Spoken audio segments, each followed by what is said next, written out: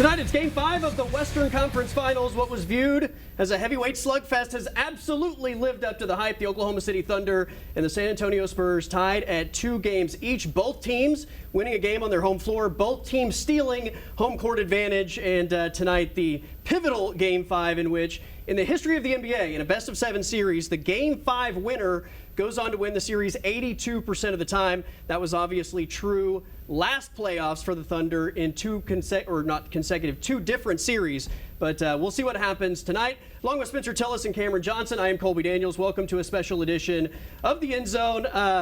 Game 5 feels a little different going into it than the rest of the games in this series. All of them have been pretty close games, at least through the fourth quarter, maybe some late separation. The San Antonio blowout in Game 4, I think, has maybe swayed some people on how this thing is ultimately going to play out. But I can't wait to see what the environment is going to be inside the Paycom Center and which team is going to show up with more urgency. Yeah, absolutely. You got to feel like that's going to be OKC. It feels like their back is up against the wall at this point. This is a home game. You don't want to go on the road with a chance of getting eliminated.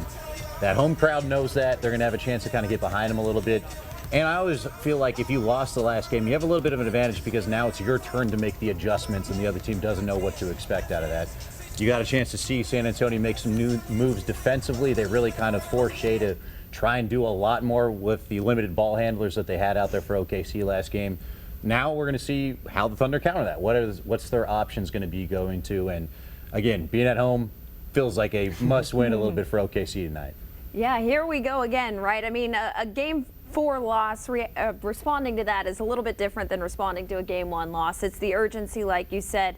I think the players are going to come out, their backs are against the wall. They're going to play a lot better. But I think the fans, they're going to have that pent-up energy right there with them. So I think that they're going to play a big role in tonight's game. I have no doubt they're going to bring the energy and that this is just going to be another fantastic game. I don't see a blowout. I think this is going to be a little more entertaining. It's always fascinating the way people view series because of the order in which the wins maybe happen. Like if the Thunder had won 2 at home and then the Spurs win 2 at home, it's a completely different perspective going into Game 5 tonight than splitting the way they did and then splitting the second 2. Or I thought, especially with the Thunder losing Game 1, people massively overreacted to the Game 1 loss. But if the Thunder had won Game 1 and lost Game 2, people wouldn't have overreacted nearly as much. And then the Thunder winning 2 in a row, stealing back home court advantage, there was a big sway back the other way. Maybe the Thunder could win in a gentleman's sweep. The overreactions game to game are always, I think, a crazy type thing for the NBA fan base in a 7-game series. But the order in which wins happen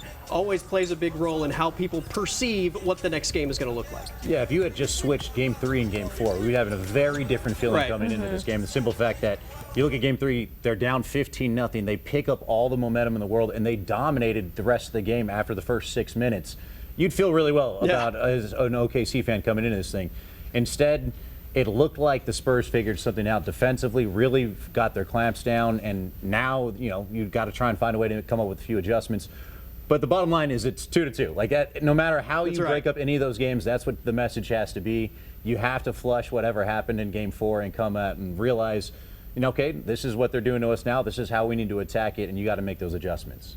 Game 4 was a bit of a new perspective setter for me. You talk about overreactions. I was surprised by how Game 4 went because, as we had talked about a little bit, we thought that this playoff experience would start to show that maybe San Antonio, their physicality would start to take a toll on them, maybe, slow them down a little bit more. That didn't happen. And so to see that this is still very much a team that is going to come out and make the Thunder work for every bit of it, I mean, it's a nerve-wracking place to be, but fun basketball to watch. A lot went wrong for the Thunder in Game 4, and I think you got to start with the offense, and they talked about it after the game. We left a lot to be desired on that end of the floor tonight. We didn't have the sharpness, force, or precision necessary to crack them, and they were really good defensively. Just their energy, their physicality, as coming in, they're down. And they're at home, and you can kind of expect that, but it's different when you're out there. So credit them. They outplayed us tonight. But the group we had can play a lot better than we played tonight as well. So yeah, they just punched us in our face early. It's 2 games in a row. They've come out the aggressors. Last game we were able to course correct. Tonight we just didn't do so.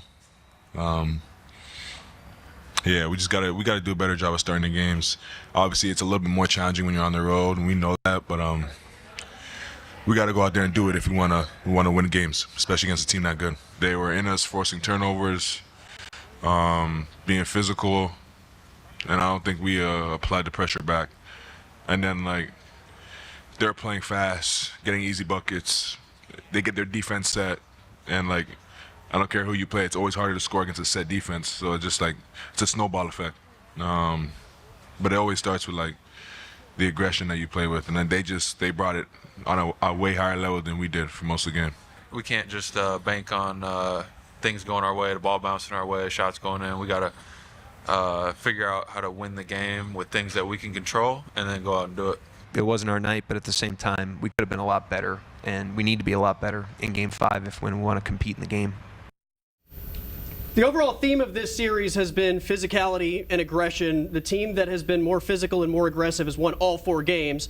For the Thunder, they were that team in games 2 and 3. For the Spurs, they were that team in games 1, at least the first 5 minutes of game 3, and then game 4 completely. Game 5, again, you would expect that the urgency is on the Thunder side. But, the team that is going to play tougher, people talk about the whistle, the team that is going to play tougher is going to be the beneficiary of a friendlier whistle than the opposing side.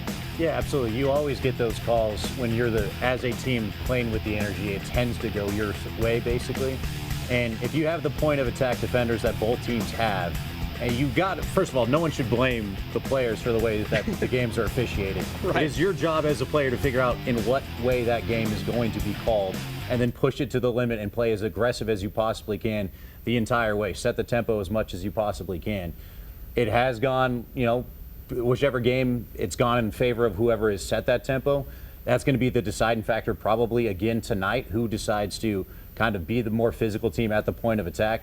It really threw off SGA last game. They were really able to kind of control the tempo of the game. Can he adjust to it a little bit? Can they flip the script on the other end as well and kind of be the team that gets into you a little bit defensively? You talk about the energy. I think out of all of the playoff games we have seen out of the Thunder so far, I thought Game 4 was probably, they looked the most uninspired. It kind of felt, there were times where they put together some good runs, and they still looked good. I just think in terms of, it wasn't any sort of quit. I think towards the later side, they kind of realized how the game was going to go. Sure. So I think you can't have that. They know that. I expect a much more energetic look. Again, it's a back against the wall kind of situation. But yeah, I really think everything about Game 4 was just an uncharacteristic thing that we are unlikely to see again. It was very representative of last postseason, where they had just a complete dud and were outworked, and once in every series of last postseason. They've been able to avoid that so far this postseason. We'll see if that's the outlier for the remainder of this series. Spencer, you mentioned SGA. He's seen a ton of different coverages and a lot of physicality so far this playoffs. Going back to the way Marcus Smart defended him with the Lakers, and obviously Stephon Castle and his physicality in this series. They aren't doubling him as much, at least in Game 4 they didn't, and they allowed him more one-on-one opportunities. They're still helping once he starts to be aggressive, but I'm curious to see how he's going to handle that tonight if San Antonio gives him the same look. He's so good on his own at making those adjustments, depending on how people, I guess, face him and give help side defense, give him opportunities to kick out. I would expect that we see a much sharper SGA. That was the adjustment that the Spurs had to make after Game 3. They were sending doubles at Shea, and it led to practice shots for the rest of the guys. And you saw so many people, Jalen Williams, connect on so many threes. It kind of just stretched the court. The role players ended up being the players that pulled that game away for him. You go to Game 4, you end up saying, we're going to stay out on the role players. We're going to force Shea to beat us at the point of attack and be the guy that creates everything, knowing that they're also short 2 of their point of attack offensive players with Jalen Williams, who was out in that game. And knowing that you have a guy named Victor Wembanyama who's 7'6", waiting in the paint, and there's a force field of 6 feet around the rim that he's going to have to kind of create and then do stuff in the mid-range. It was a good plan. It really obviously threw the Thunder off of what they wanted to do offensively.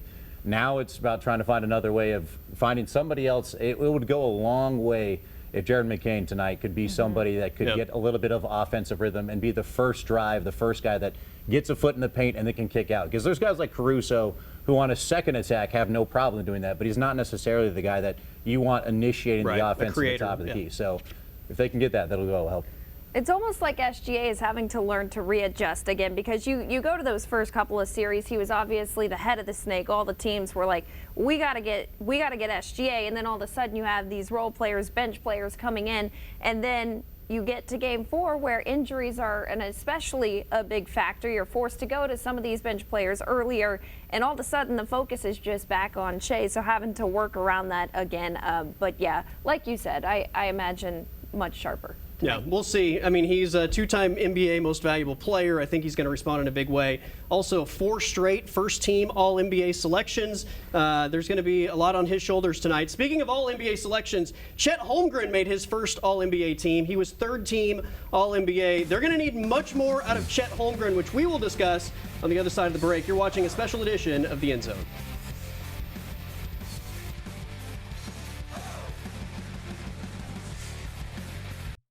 Tonight it's Game 5 of the Western Conference Finals. The Oklahoma City Thunder and the San Antonio Spurs tied at 2 games apiece. We've got to have a conversation about Chet Holmgren, but before we do that, a look at the Thunder forecast. Thanks, guys. We are looking at a decent forecast for us as long as some of these little spotty showers and storms are able to stay away from us. Right now, we've been doing just that, as you can see from our downtown camera overlooking the Paycom Center. Temperatures right now are running in the generally upper 70s to low middle 80s, but you can see there's a couple little spots that are cooler on the mesonet, primarily thanks to the fact that we have these little popcorn showers and storms that are out there. If you find yourself underneath one, as you can see, a decent amount of rain could be possible over a course of like a half hour or so. You can easily pick up about a quarter to a half an inch worth of rain. So it's been animating through our radar over the past few hours. You can see that we've got more just scattered showers and storms popping up on the radar. Technically, though, the metro has been pretty dry right now. A lot of those have been staying either to our east or to more of our west, and so we'll keep hoping that that trend will continue. However, if we do find ourselves underneath a little shower storm later on this evening, it would not last for very long, but a brief localized heavy downpour could be possible. And that's the reason why I've got these low-end chances for showers and storms for the remainder of our evening. If you're going down to Thunder Up in the Park, or if you're actually going to be going to the game, temperatures at that point will be still likely in the upper 70s to low 80s out there. So very mild temperatures are expected with those spotty showers and storms. So again, animating through our future cast, this is just a model. I'm not saying it's going to look exactly like this, but as we go later on into the night tonight, our chance for showers and storms look to diminish at least a little bit. A lot of us, I think, will be dry. There will be a couple of showers and storms kind of floating around out there, but I think, though, that overall we're looking at a drier night for tonight.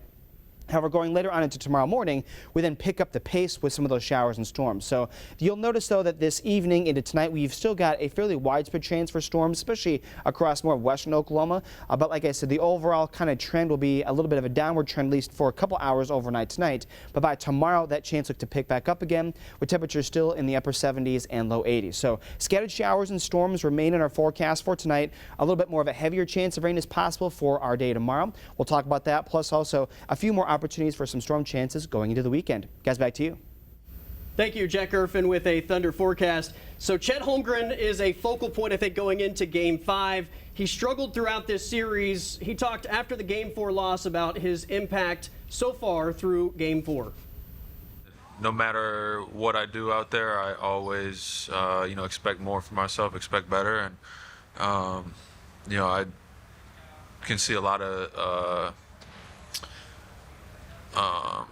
opportunities in the game where I have to be better and take advantage of, and I'm going to do everything I can to do that. He's obviously got to be more impactful to this Thunder team, especially if they don't have A.J. Mitchell and Jalen Williams going forward, whether that's through the Western Conference Finals or onto the NBA Finals. SGA and Mark Daigneault discussed how they can get him more involved in the offense. Yeah,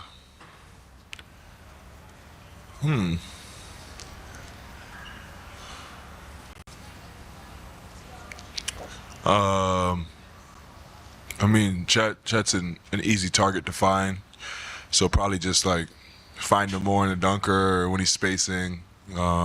Just put him in better positions to use his strengths as an offensive talent.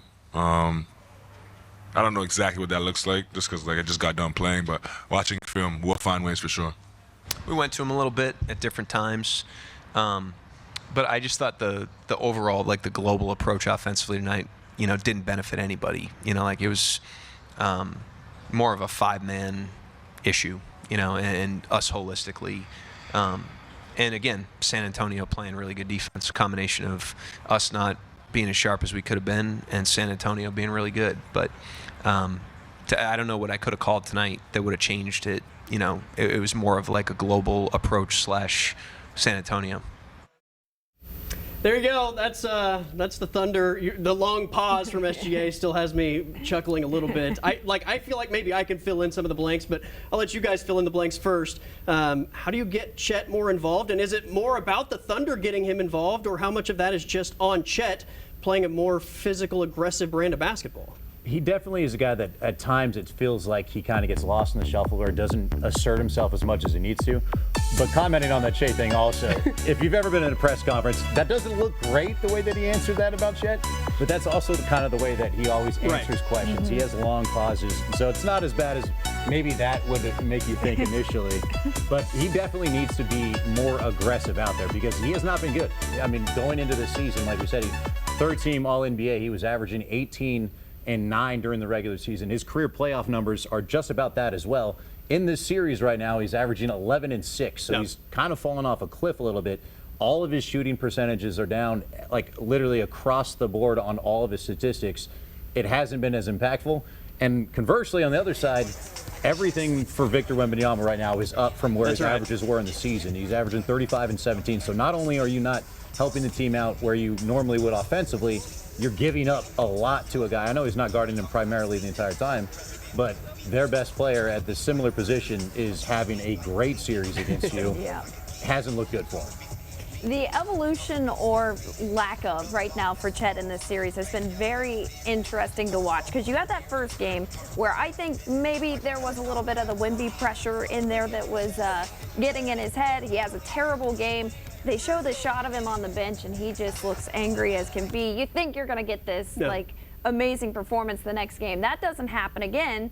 And then at this point, I do think it maybe has shifted into just a Chet versus Chet thing. I think there's a confidence issue going on, but in terms of how the Thunder get him involved, I think it was game 2 where SGA ended up just picking up the speed of the play and like forcing it to him and eliminating the opportunity for Chet to hesitate. So maybe he needs just a couple of big series like that to just remember who he is. And but yeah, it's got to be a lot better. Yeah, I feel like he has a confidence issue, and you know, Wemby has risen to match what this series is calling from him. Chet has done the opposite. He's not even been matched up with Wemby a ton. I mean, he's getting outplayed by guards in a lot of situations, like Harper and Castle and Vassell. All those guys are getting matched up on Chet for rebounds, and they're either tipping the ball away from him or at least not letting him get the rebound. There have been many times where he gets the ball late in the shot clock and they don't even allow, a guard doesn't even allow a 7-footer to get a shot off. He's just got to be more decisive with what he's doing. He's got to be more aggressive.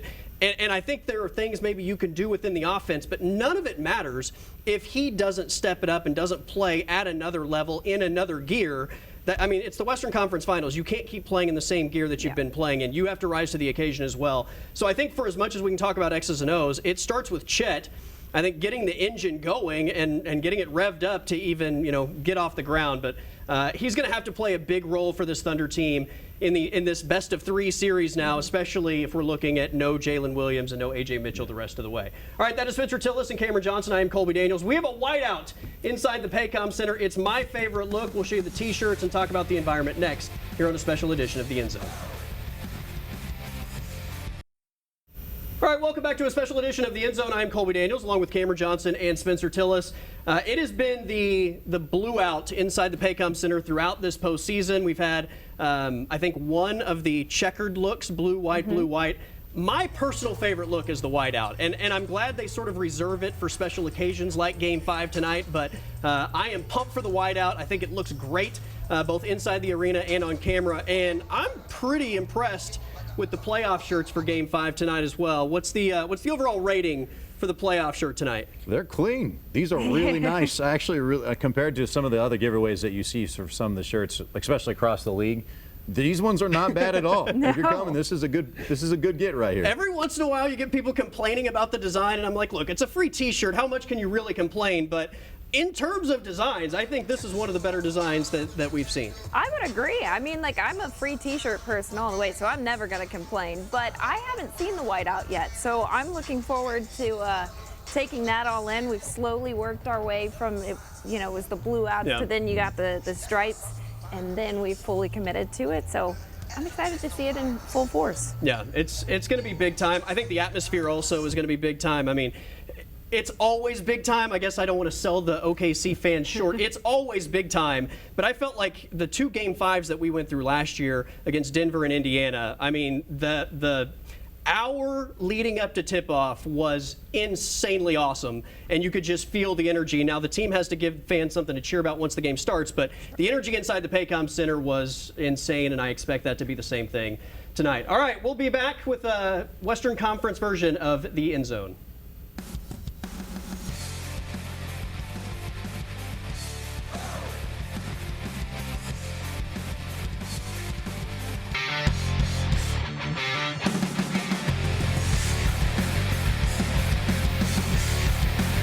Welcome back. Game 5 of the Western Conference Finals tonight. We are about 2 hours away from tip-off. I am Colby Daniels, along with Cameron Johnson and Spencer Tillis.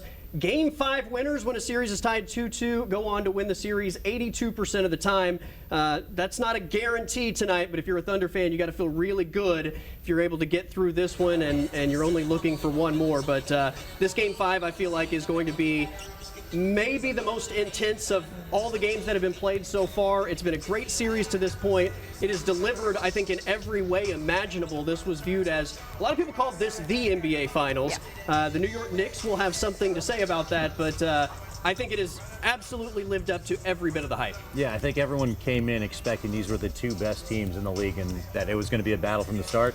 It's been a little bit of a war of attrition. Yeah. We've watched as both teams have kind of lost some guys along the way. But it's lived up to it, having the Stars play the way that they have, kind of going back and forth. It feels like one of those things that maybe this has got 7 games written all over it. We'll see, how the next 2 go, but it has been a great series at this point.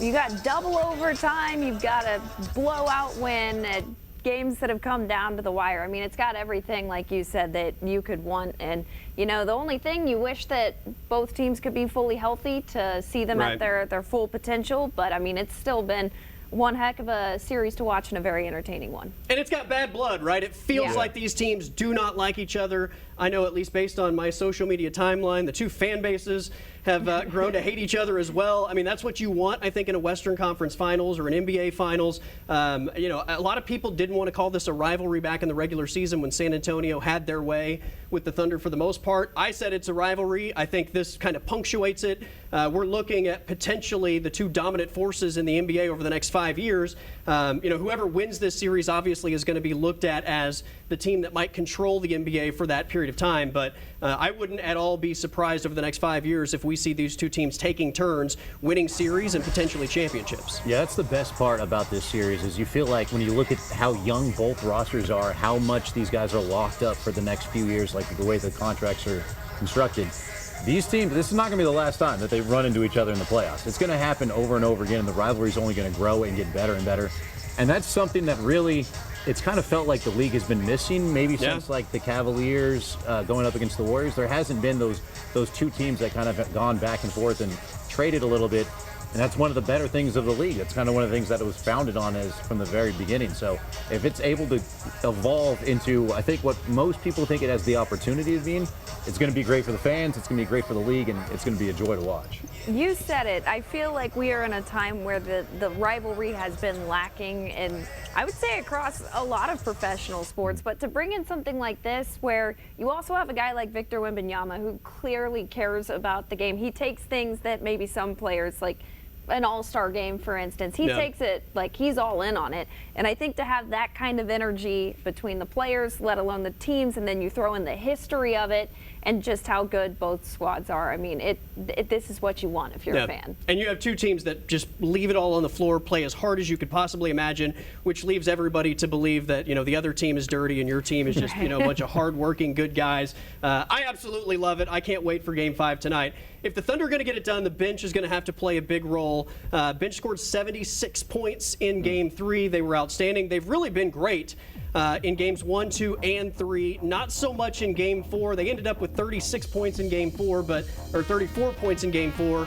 16 of that, I believe, was in the fourth quarter when the white flag had been waved. But Jared McCain, Jalen Williams, Alex Caruso, those guys were so good in that first game in San Antonio. They're going to have to bounce back, and you would expect maybe Kenrich Williams, Aaron Wiggins to play a bigger role once again if they are shorthanded. I think part of the bench's struggle turns in the fact that you're missing two guys that were starters right there, so a few key pieces off the bench now become starters, and your bench gets a little bit thinner because of it. But yeah, like Jared McCain is the guy that I look at that has to have a big night because they don't have too many other players other than SJ that can create offense. And if they're going to get right, he needs to be a guy that can at least get into the paint and start the offense and kind of release some of the pressure because they're going to be throwing everything but the kitchen sink at Shea again tonight. And he needs to be a guy that can at least give them some of the pressure, give them a little bit of a release valve. And if he can continue to shoot kind of the way that he has throughout this entire playoffs, that's extra on top of everything else. But he's a guy that I look at that needs to have a good night. It was a strange game to watch coming off the previous games before that. You know, granted, like you said, a lot of these bench players had to get moved up into a starting role because of injuries. But you look at how Alex Caruso was playing, for instance, was getting up to 29 points consistently in that area for the most part. Then he has 0 points, only attempted 1 shot. And of course, I mean, Jared McCain, I agree with you. He's kind of one of those spark plug players that's similar to Caruso and what he brings off the bench. I just think it was a weird night all around, so I don't anticipate seeing that kind of performance for the bench again, but how good they perform, like you said, is going to be key, especially with how they're going to lock down Shea. Caruso's scoring in this series has been incredible, but his real impact is just, I think, effort, plays, and defense for the most part. What he brings, though, I think, has been reciprocated from McCain on the offensive end in this series. He's been the offensive Caruso, so to speak, where he just brings that charge and seems to elevate everybody's energy on the floor on the offensive end when he's come in the game. If they don't, AJ Mitchell is out. If J-Dub is not able to play tonight as well, you're going to have to find other shot creators. That means more for Jared McCain. That means more for Alex Caruso. You're going to have to run through the bigs. I mean, Isaiah Hartenstein has been a guy they've been able to run offense through.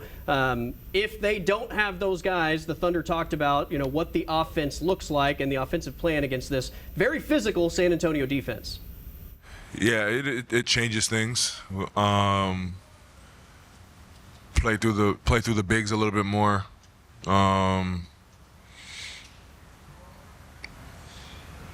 Yeah, and I mean, guys have different strengths out there, and like you said, 2 of our handler creators are out, but guys are good off the ball, and we've played a fair amount of games this year with no handlers, so we'll be a little bit used to that. But I mean, regardless, I think it's just a snowball effect. I think when you come out with the right energy, things like that work out, and the offense has flow. And I don't think we came out with the right energy today. And then, like I just said, just trickled down. And then we were stagnant both ends. They were the aggressor. They were forcing turnovers. It's easy to blame the offense, but to me, it always starts with the energy and effort you put forth. I said at the beginning of this pregame show, the I guess theme of this series has been physicality. There are a couple other words that kind of describe the same thing: aggressiveness, energy, focus. If you've noticed a theme every time they've talked about anything, it all kind of falls back to they didn't play with the right energy in Game 4. They didn't have the right focus in Game 4, didn't play with enough physicality, didn't play with enough aggressiveness. Regardless of what the issue has been, whether it's been other shot creators or Chet or anything, it all falls back to, I think, that point, and you would expect on their home floor in a series where they just come off that blowout loss that's going to be at a much better place. Yeah, I think when people think about physicality in basketball, they think it's only associated with defense. There's definitely a way of playing basketball as a physical type 100%. And they need to get back to that. It's winning at the point. It's using your angles. It's using your shoulders in order to get angles down into the paint. And they were playing a little bit on their heels, and it showed on both ends of the court. You have to be able to have the few guys that bring the energy. As you mentioned, Caruso's a guy that typically brings that no matter what the stake is, no matter what the score is on defense. They need a couple more guys to step up and make a few plays and play with that aggression. Now, it's going to lead to some mistakes every now and then, but those are the mistakes that you'd much rather live with than the mistakes where you're playing on your heels.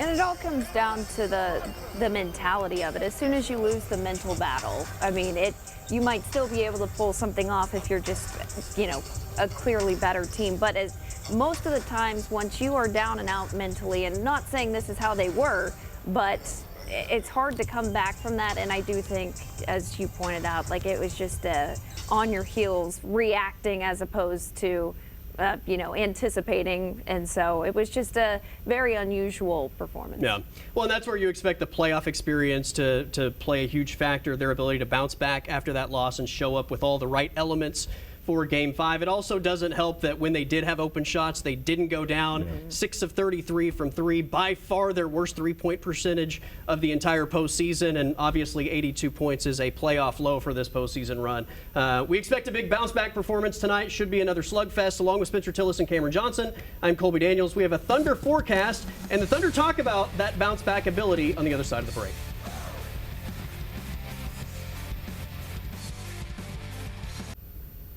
As we approach tip-off for Game 5 of the Western Conference Finals, let's send it over to Jack Gerfin with a Thunder forecast. Thanks, guys. Yeah, we are still eyeing some of those scattered showers and storms that are out there right now. As you can see, looking at the Paycom Center, we're good right now. Some of these showers and storms are getting a little close to the metro, but even still, if we do find ourselves underneath one of these showers or storms, it would just be briefly passing us by, and so it's not going to be lasting for a long time, but some briefly heavy downpours could be possible. Temperatures, as a result of some of those rain showers, bring them down into the 70s in the mesonet, where a lot of us that are dry are still in the low and middle 80s. And so, as you're noticing, our mesonet is beginning to becoming a bit more pocketed with some of these little rainfall totals from these spotty showers and storms. Again, animating through our radar, they've been widely scattered throughout the afternoon, and they'll continue to be that case over the course of the next couple hours. Still kind of eyeing, again, most of the activity has been either to the west of the metro or to the east of the metro. So we've kind of been in this little bit of a gap there. Hopefully we can keep that going.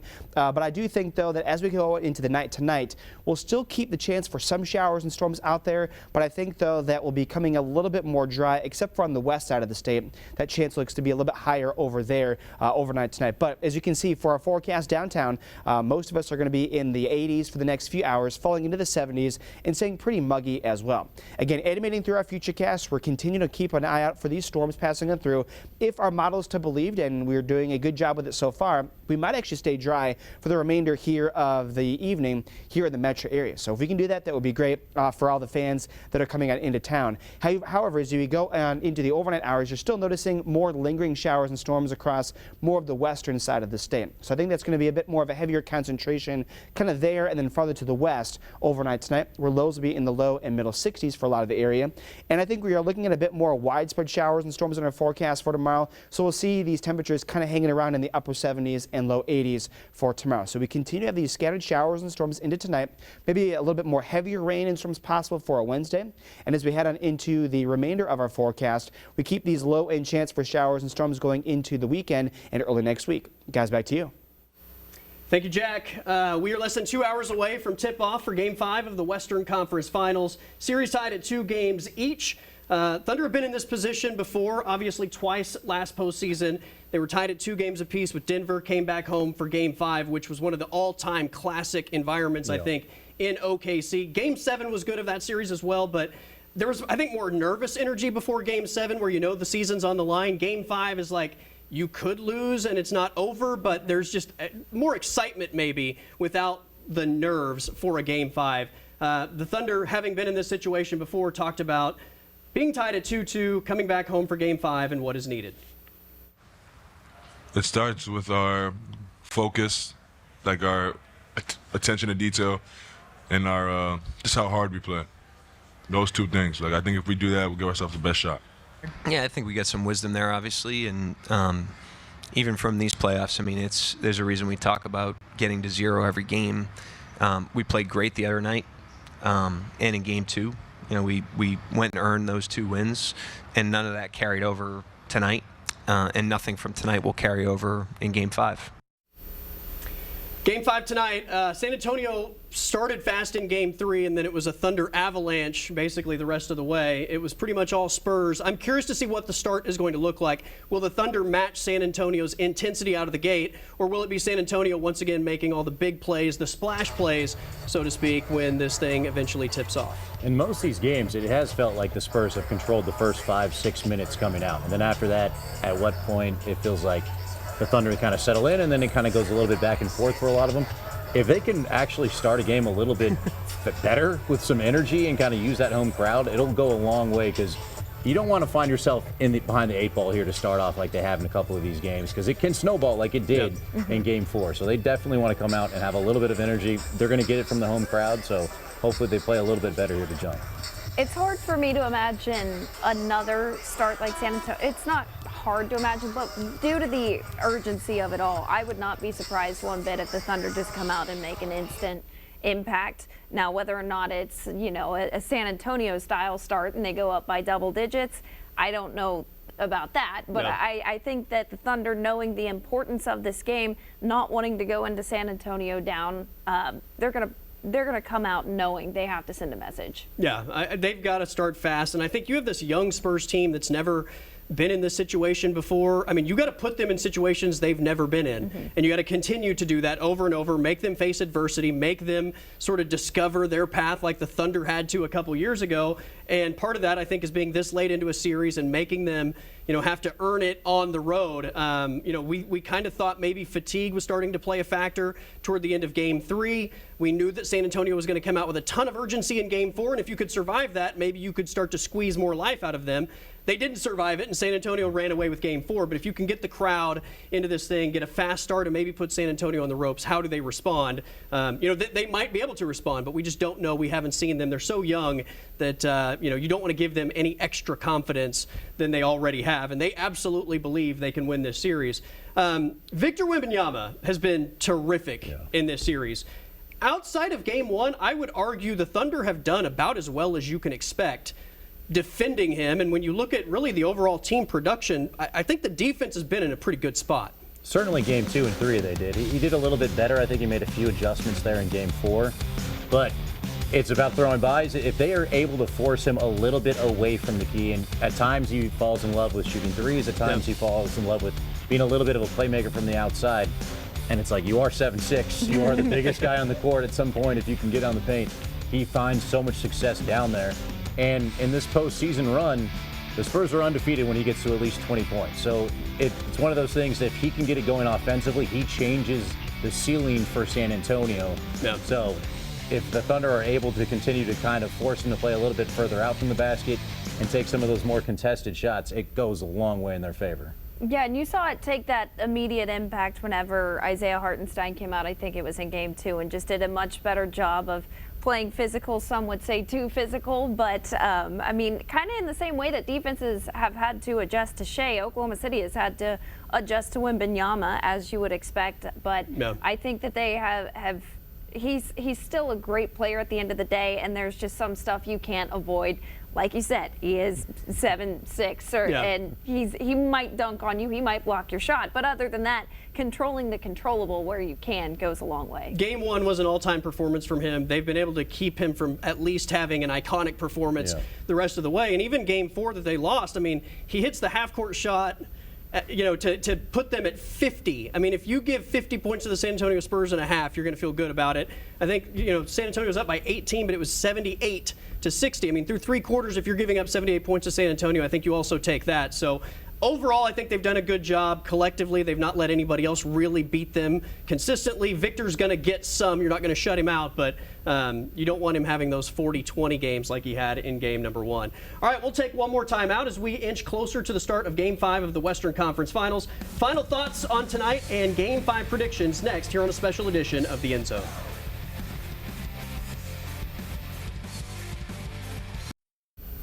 Pivotal Game 5 of the Western Conference Finals tonight. Thunder and Spurs tied at 2 games apiece.